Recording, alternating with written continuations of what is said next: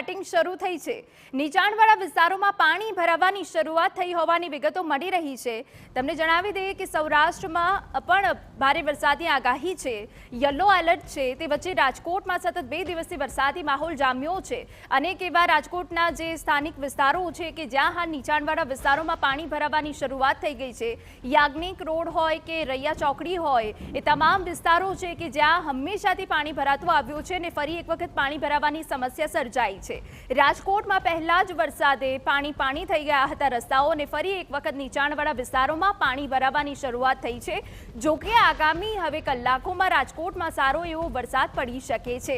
ત્યારે વહેલી સવારથી જ વાતાવરણમાં પલટો જોવા મળ્યો હતો અને તે વચ્ચે હાલ અનેક જગ્યાએ પાણી ભરાવાની શરૂઆત થઈ ગઈ છે। મેઇન જે રસ્તાઓ છે કે જ્યાં વાહન વ્યવહારની અવરજવર જોવા મળતી હોય છે ત્યાં પણ પાણી ભરાયા છે, જેથી વાહન ચાલકોને પણ હાલાકી પડી રહી છે।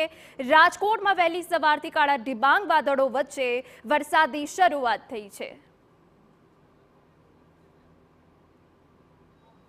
રાજકોટ શહેરમાં આજ સવારથી મેઘરાજા મન મૂકીને વરસી રહ્યા છે।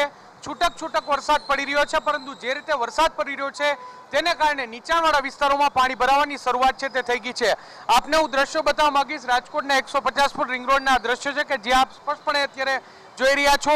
રામાપીર ચોક વિસ્તારના દ્રશ્યો છે કે જ્યાં અત્યારે પાણી ભરાવાની શરૂઆત છે તે થઈ ગઈ છે અને પાણી ભરાવાના કારણે વાહન ચાલકોને ભારે હાલાકી છે તે પડી રહી છે। આજ સવારથી રાજકોટ શહેરમાં જે કાળા ડિબાંગ વાદળો છે તે જોવા મળ્યા હતા અને ત્યારબાદ જે રીતે વરસાદ છે તે વરસી રહ્યો છે। અત્યાર સુધીમાં 2 વખત વરસાદ છે તે પડ્યો છે અને એ વરસાદ છે તે 1 થી 1.5 ઇંચ જેટલો વરસાદ પડ્યો છે, પરંતુ આ 1 થી 1.5 ઇંચ વરસાદમાં પણ શહેરના અનેક એવા જે નીચાણવાળા વિસ્તારો છે ત્યાં પાણી ભરાવાની શરૂઆત છે તે થઈ ગઈ છે અને જેને કારણે લોકોને ભારે હાલાકી છે તે અત્યારે પડી રહી છે। કેટલાક વાહન ચાલકો એવા પણ છે કે તેના વાહનો છે તે આ વરસાદી પાણીમાં બંધ પડી રહ્યા છે, કારણ કે વરસાદ છે તે મુશ્કેલીનો વરસાદ એક પ્રકારે જોવા મળી રહ્યો તેવું લાગી રહ્યું છે।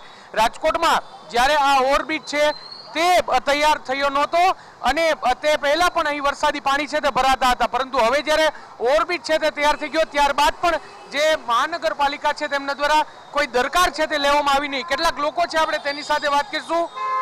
શું કહેશો, આ વરસાદી પાણી ભરાય છે, કેટલી મુશ્કેલી પડે છે? મુશ્કેલી તો પડે જ છે। આમાં જો ચોકની વચ્ચે આ એન્જિનિયરો મન પડે એમ એને કાંઈ ન જોયું કર્યું અને બ્રિજની નીચે મન પડે એમ ખાડા કરીને મોકલીને વહી જાય છે, પછી પર 1 ઇંચ વરસાદ નથી વરસતો તો માણસો હેરાન થાય છે અને જ્યાં જો અહીંયા ખાડા છે પણ એટલે 1 ઇંચ વરસાદ ન પડે ત્યાં જ પાણી છે તે ભરાવાની શરૂઆત છે તે થઈ ગઈ છે।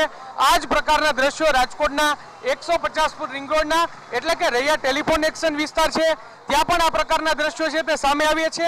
આ ઉપરાંત જે રાજકોટનો જો અયોધ્યા ચોક હોય, રાજકોટની માધાપર ચોકડી વિસ્તાર હોય, આ તમામ જગ્યા એવી છે કે જ્યાં આ પ્રકારે વરસાદી પાણી છે તે ભરાવાની શરૂઆત છે તે થઈ જાય છે। રાજકોટ મહાનગરપાલિકા દર વર્ષે પ્રી મોન્સૂન કામગીરીના દાવાઓ તો કરે છે, પરંતુ આ દાવા છે તે માત્ર કાગળ પર જ હોય તે પ્રકારના દ્રશ્યો છે તે જોવા મળે છે।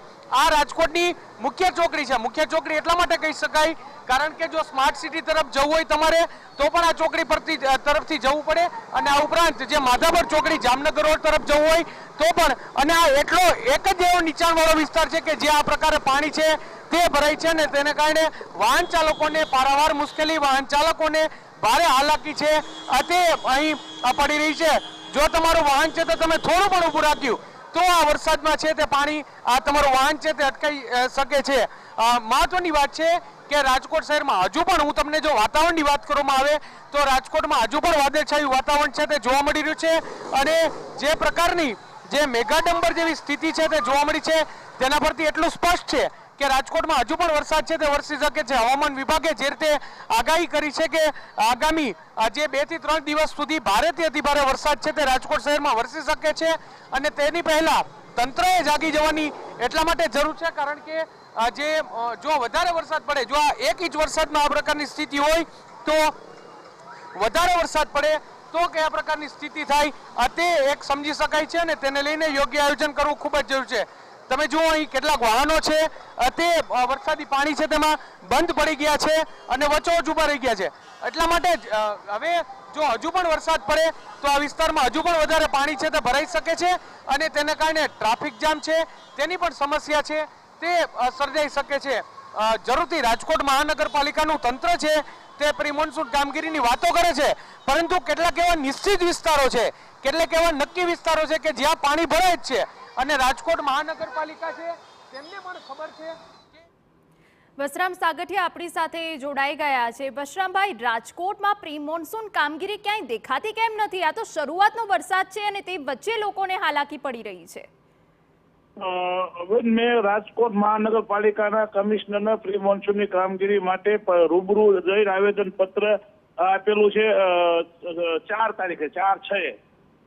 એક પ્રી મોન્સૂનની કામગીરીમાં જે હોકળા છે સાફ નહોતા થયા એની મેં રજૂઆત કરી છે. આજી ડેમમાં આજી નદીની અંદર મોટા મોટા બાવળ ઉભા છે. 5 ઇંચ વરસાદ પડશે તો રાજકોટમાં વોર્ડ નંબર 15, વોર્ડ નંબર 16 અને વોર્ડ નંબર 7 આ 3 વોર્ડમાં લોકોને જાનમાલને નુકસાન થવાનું એ મેં લિખિત આપ્યું છે. અને અગાઉ પણ ટીવીના માધ્યમથી આપની જાણ કરી હતી કમિશનરને કે ભાઈ આ તમે કરાવો, પરંતુ હજી પ્રી મોન્સૂનની કામગીરી થઈ નથી. ચોપડા ઉપર પ્રી મોન્સૂનની કામગીરી બતાવે છે, પરંતુ હાલ રાજકોટ મહાનગરપાલિકાની મારી દ્રષ્ટિએ 30 થી 25% કામગીરી થઈ છે. બાકીની કામગીરી તમામ બાકી છે અને એ ચોપડા ઉપર બતાવે છે આટલી કામગીરી કરી એવું. બિલકુલ. વસરામભાઈ, આપને શું લાગે છે આ પાણી ભરાવાની જે હર હંમેશની સમસ્યા છે એનું કામ થતું કેમ નથી? એમાં એવું છે કે ઓકળા ઉપર એ લોકો જે રીતે દબાણ થાય ત્યારે ધ્યાન આપતા નથી. ઓકળા ઉપર દબાણ થઈ જાય છે, ઓકળા ઉપર દબાણ થાય છે એટલે ઓકળો નાનો થતો જાય છે અને પાણી જયારે આવે ત્યારે ઓકળામાં પાણી પૂરતું ફોર્સમાં જતું નથી હોતું, ત્યાંય પાણી પધારેલું હોય છે.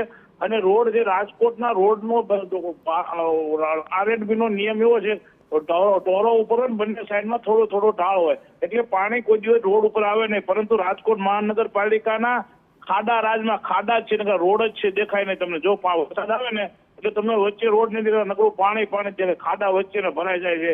અને મોટા આજની તારીખમાં મોટા ખાડા હોય, પરમદી મોટા ખાડા બાબતમાં મેં લિખિતમાં કમિશનરને જાણ કરી છે. બિલકુલ. વસરામભાઈ, મેઇન વિસ્તારો એવા છે કે જ્યાં વાહનોની સૌથી વધારે અવરજવર રહેતી હોય છે. હાલ ત્યાં નદી વહેતી હોય તેવા દ્રશ્યો છે. તંત્ર પાસે હવે પાણી નિકાલ કરવાની કોઈ વ્યવસ્થા છે? કોઈ એવા સાધનો ઉપલબ્ધ છે ખરા? રાજકોટ મહાનગરપાલિકાના સાધનો લેવા માટે હોશિયાર છે, પરંતુ સાધનોનો ઉપયોગ કરવામાં તકલીફ છે, ઉપયોગ થતા નથી હોતા. હું આજની જ વાત કરતો તો રાજકોટમાં ઘણી જગ્યાએ પાણી ભરાવાના કમ્પ્લેનો થઈ જાય છે. એમાં એસ્ટ્રોન ટોકીઝ જે હતી પહેલા ત્યાં અત્યારે નથી. તો એવો જોગ પડેલો છે, ત્યાંથી બાજુમાંથી ઓકળો નીકળ્યો 7 નંબર વોર્ડનો. એ ઓકળામાંથી પાણી બહાર આવે છે એવી પરિસ્થિતિ છે. ઓકળા જેવું રોડે ઓકળા જેવું આપણને લાગે છે, એવી પરિસ્થિતિ દેખાઈ રહી છે. બિલકુલ. આભાર વાત કરવા બદલ. તો કોંગ્રેસ નેતા કે જેઓ કહી રહ્યા છે કે પ્રી મોન્સૂન કામગીરી માત્ર કાગળ પર છે. અમારા સંવાદદાતા મોહિત ભટ્ટ વધુ વિગતો આપી રહ્યા છે. મોહિત, આ તો હર હંમેશની સમસ્યા થઈ ગઈ છે રાજકોટમાં. હજુ તો આ શરૂઆતનો વરસાદ છે, હજુ તો આખું ચોમાસું બાકી છે અને એમાં પણ સૌરાષ્ટ્રમાં ભારે વરસાદની આગાહી છે. આખરે તંત્ર કરશે શું? સ્પષ્ટપણે જુઓ, તમને હું સીધા અત્યારે દ્રશ્યો બતાવું. ફરી એકવાર ધોધમાર વરસાદ છે તે રાજકોટ શહેરમાં વરસી રહ્યો છે અને ધોધમાર વરસાદ ફરી શરૂ થઈ જવાને કારણે હવે આ મુશ્કેલી છે તેમાં જરૂરથી વધારો થવાનો છે. કારણ કે જે પ્રકારે રાજકોટને 150 ફૂટ રિંગ રોડ છે તેમાં જે પ્રકારે પાણી ભરાવાની સમસ્યા છે તે સામે આવતી હોય છે અને તેને કારણે હજારો વાહન ચાલકો છે તેને ભારે મુશ્કેલી છે તે પડી રહી છે. જો આ તો બપોરનો ટાઈમ છે, બપોરના 3 વાગ્યાનો ટાઈમ છે. જો 5 વાગ્યાનો ટાઈમ હોત તો અહીં 1 કિલોમીટર લાંબી વાહનોની લાઈનો છે તે અહીં જોવા મળે, કારણ કે આ પ્રકારનું પાણી ભરે ત્યારે વાહન ચાલકોને અહીં નીકળવામાં ભારે હાલાકી છે તે પડતી હોય છે અને નીકળવામાં ભારે હાલાકી ભરવાના કારણે તેઓ નીકળી શકતા નથી અને ટ્રાફિક જામની સમસ્યા છે તે સર્જાય છે. કેટલાક 2 દ્રશ્યો આપને હું બતાવવાનો પ્રયત્ન કરીશ. તમે આ જુઓ, રોડનું લેવલિંગ જ એ પ્રકારનું છે કે અહીં નીચાણવાળો વિસ્તાર જાણે કે કોર્પોરેશને જાણી જોઈને બનાવ્યો હોય તે પ્રકારની સ્થિતિ છે. એક તરફનો રોડ છે તે ખૂબ જ ઊંચો છે અને બીજી તરફનો રોડ છે તે ખૂબ જ નીચો છે અને તેના કારણે જ અહીં પાણી ભરાય છે અને પારાવાર વાહન ચાલકોને મુશ્કેલી પડી રહી છે. બીજી તરફ પણ એ પ્રકારની સ્થિતિ છે.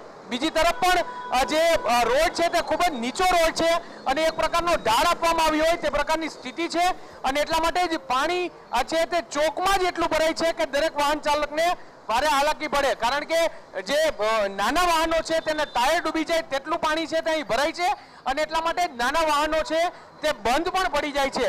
આ પ્રકારની સ્થિતિ છે તે જોવા મળી છે. શું કહેશો કેટલી મુશ્કેલી પડે આ પ્રકારના પાણીમાં?